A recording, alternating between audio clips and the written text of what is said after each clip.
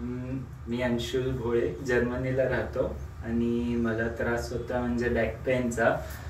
हा त्रास मला खूप आधीपासून आहे, म्हणजे इथे मी 12th मध्ये होतो तेव्हापासून स्टार्ट झाला होता. पण मध्ये मध्ये दुखायचं पण चाललं जायचं, म्हणजे आफ्टर अ पेन किलर किंवा थोडासा व्यायाम केल्यावर तो चालला जायचा. मग पुष्कळ महिने वर्ष असं यायचं आणि वापस मग असं काय म्हणतात ट्रॅव्हलिंग केलं किंवा काहीतरी व्हायचं. आणि मग थोडा हा वाढला 2020 मध्ये, म्हणजे 6 महिन्याला यायला लागला म्हणजे. पण तरी माझं असं होतं की ठीक आहे ते दुखतंच माझं असं टाईप. पण 21 पासून मी जेव्हा जॉब स्टार्ट केला आणि आय थिंक एक्सरसाइज ही खूप कमी झाली, त्यानंतर तो वाढला आणि आता लास्ट 7 months पासून तो खूप म्हणजे हायपर झाला होता. मी वाकू नव्हतो शकत, म्हणजे this was maximum I can go, आणि इथे पेन व्हायचं. असं वाकायला पण असं करायचं, अशी पोझिशन, चेंज ऑफ पोझिशनला दुखायचं टोटली स्टिफ. आणि doctor had advised him to go for actually B27 okay test. आणि नाउ हाऊ इज इट? म्हणजे we have done a lot. 21 days are done. 21 days done आहे आणि आता भरपूर म्हणजे वाकू शकतो मी. आय वॉज नॉट म्हणजे एक्सपेक्टिंग दिस, पण आता माझे बोटाशी अंगठ्याला टेकतात खाली स्लोली. इथे जरा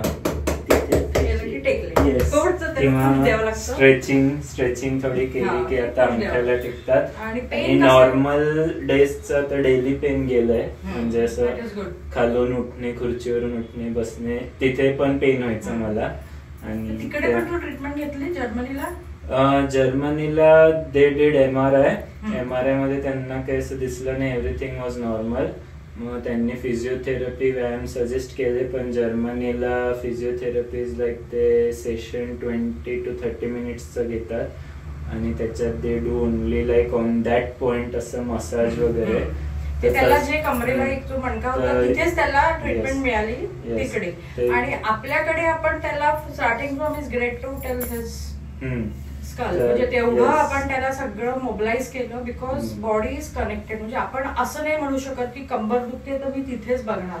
so I will be looking from head to toe. सगळे व्यायाम जे जास्तीत जास्त आम्ही त्याचं फंक्शनली इम्प्रूव्ह केलं. म्हणजे पहिले तर 10 दिवस मला वाटतं आम्ही लाईंग डाऊनच घेतलेत व्यायाम, दुखण्यावरती आणि फ्लेक्झिबिलिटीवरती बघितलं. पण नंतरच्या या ज्या आहेत या दिवसात, म्हणजे नाव ही इज डुईंग सूर्यनमस्कार पण करतोय. किती करतोस तू? करंटली 12 सूर्यनमस्कार करतोय आणि सगळे विनन्यास मी त्याचे घेते. आणि त्याच्यानंतर ऍडव्हान्स जे स्ट्रेचिंग्स आहेत योगाचे ते पण घेते. सो लाईक माझं म्हणजे thank you very much for coming and believing in us. तर असं आहे की we don't restrict our body to that segment only where you have the issue. We have to treat the whole patient. आणि याच्यामध्ये पण आम्ही बघतो की तुमची फंक्शनल कॅपॅसिटी आणि फंक्शनल लेवल कशी वाढेल.